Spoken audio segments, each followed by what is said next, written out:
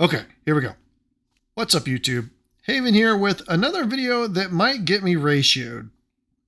But that's never stopped me before, so let's jump right into it.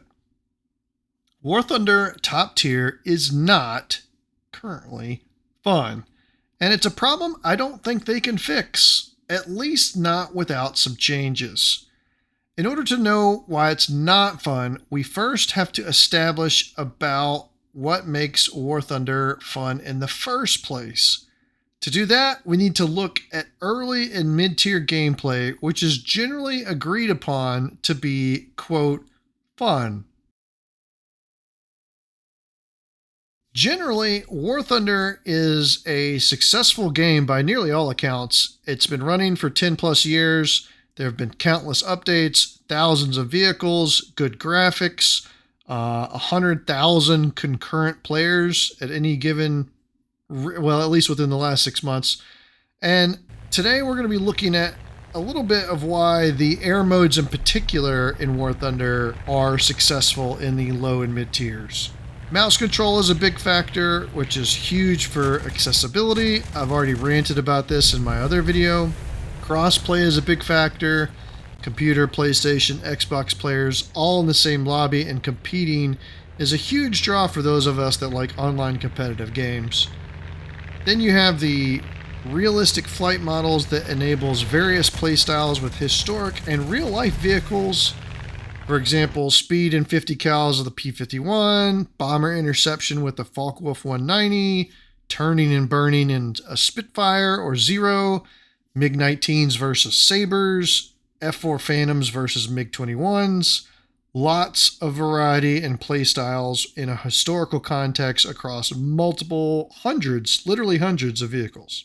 It's the variety that keeps it fresh. Pick your playstyle, go have some fun for the afternoon. Tomorrow, do something completely different. A P-47 and a Zero, for example, should be played very differently if you want to maximize your success. Is it still team deathmatch day in and day out? Of course, but you, the player, get to pick your own way to play in this deathmatch. These vehicles and their flight performance are essentially classes inside the game. Pick your class and give them hell. It's almost like a 3D aircraft rock, paper, scissors. If you play it right, you'll be rewarded with kills. If you play it wrong, you'll be flaming wreckage. It's obviously a system that works, and War Thunder is the game that it is today because of it. In a world of Fox 3 launches from kilometers away, notching, chaff flaring, and going cold, how different are you actually playing in the world of BVR? Okay, I'll admit there are different capabilities for different missiles and different radar sets and launch angles and flight performance and of different jets that you get to get you in the right place to launch these missiles. But that kind of feels like a subclass inside of the BVR class of aircraft that is top tier right now. There are no other classes, just the one. Is this the same level of fun we've had in low tiers and mid tiers and almost top tier? Oh, well, sure it will be for a while. Properly notching and defeating multiple enemies will be interesting for a bit. But eventually, I think it will all start to feel the same. Now, some of you are already typing up comments, lighting me up about how this is not a subclass and how it's completely different and how the differentiation between missiles and radars and jets is just the same as the differences in props or piston aircraft, and how interesting it is to get yourself in the right place at the right time with the right tech. Blah, blah, blah, blah, blah. Okay, you win. You got me. Maybe I'm just not into that stuff, and maybe if I cared more about the differences, I would find BVR top tier more satisfying. But you haven't actually solved my main gripe about current top tier that I haven't even revealed yet. I have a ton of hours in War Thunder. I have over 15,000 air victories or air kills in this stupid game we call War Thunder, and I'm still playing it. A huge factor, at least for me, and I think a lot of other players, is the realistic damage model of vehicles. Have you ever watched a live demolition derby? Ever heard of or played a game called Beam NG? Hell, I'm so old, I even played the Destruction Derby series of games. Realistic damage models and the resulting destruction of those models is a big pull for a lot of people. There are countless examples of this, both in the sim market, in the aforementioned games, as well as in other games. Teardown and Besieged come to mind as, Besieged more so than Teardown, but they're both similar things. The destruction of an environment is a great pull for some people. AK, it sure is pretty when shit gets blown up. Seeing an enemy plane come apart from a well-placed burst of a 20mm Mine-Gashant rounds, and then watching the fiery wreckage flat spin out of the air and into a final crater into the ground is incredibly satisfying in War Thunder. And this keeps me coming back again and again and again and again, 15,000 times basically. This, however, is not part of modern jet combat. Gaijin has done a good job in modeling this. I'm not blaming them for the clinical nature of modern jet combat. It's just not very entertaining to watch. My monkey brain does not get a dopamine hit when I hear a ding and a radar blip disappears. My monkey brain gets a dopamine hit when I maneuver into a firing position on a plane or a jet that I can lay my eyes on, and I destroy it with guns or cannons or a short-range IR missile, and then I hear that ding, the infamous ding that we all love from War Thunder. I watched a YouTube video of a 10 kill game by Bad Karma. Shout out to that channel, by the way.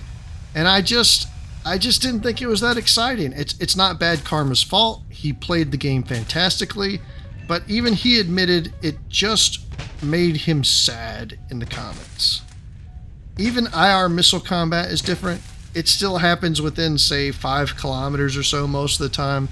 Plenty close enough for most of the time to be able to watch your opponent's jet come apart.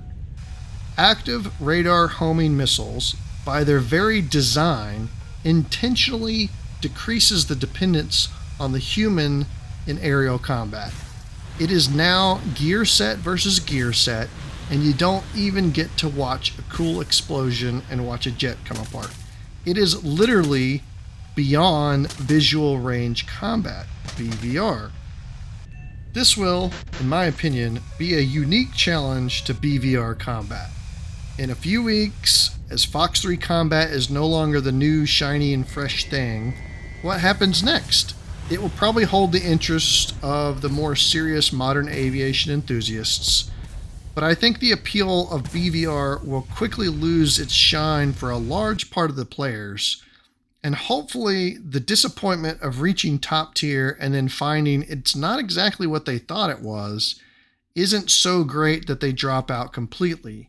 I'm thinking here of the guys that go in and are going to drop $70 on a close to top tier vehicle. They're going to grind to top tier, and then when they get to play with the active radar homing missiles, that it's just not what they had in mind. They're going to think $60 wasted or $60 spent, and they're going to go away forever. Which, Gaijin might think is a win, but I don't think it's a win. And then, on top of it all, I think Gaijin knows that this will be a challenge. I think they've tried to get ahead of it with the sensor view and replays. I personally, years ago, before I even played War Thunder, watched replay breakdowns of DCS engagements where they exclusively used this form of sensor view because that was the most entertaining way to watch the engagement in the retrospective, and really niche interest for those people interested in that style of play. Gaijin, if you're listening, you're probably not, don't ignore your low and mid-tier gameplay. I've come too far. I'm going no further. BVR does not personally hold my interests at this time, and it doesn't for a lot of us. So please, again, don't neglect your low and mid-tier players. Props is still, in my opinion, the most fun you can have in Air RB. And if you do want to play with missiles, which is fun occasionally, I would just go no further than about BR 10.3. And since BVR isn't going anywhere anytime soon, please listen to another large segment of your player base. Innovate on your game modes. Because if top tier remains a 16 versus 16 BVR team deathmatch for months or years, I'm sure you'll have your crowd, but it would be a fantastically squandered opportunity to bring variety into this space. That's it for now. Let me know in the comments where I got it wrong. And if you do have something to say, please drop, I don't know, a banana emoji in the comments, just so I know you've made it this far. And please consider liking and subscribing if you haven't already. See you in the next one, YouTube.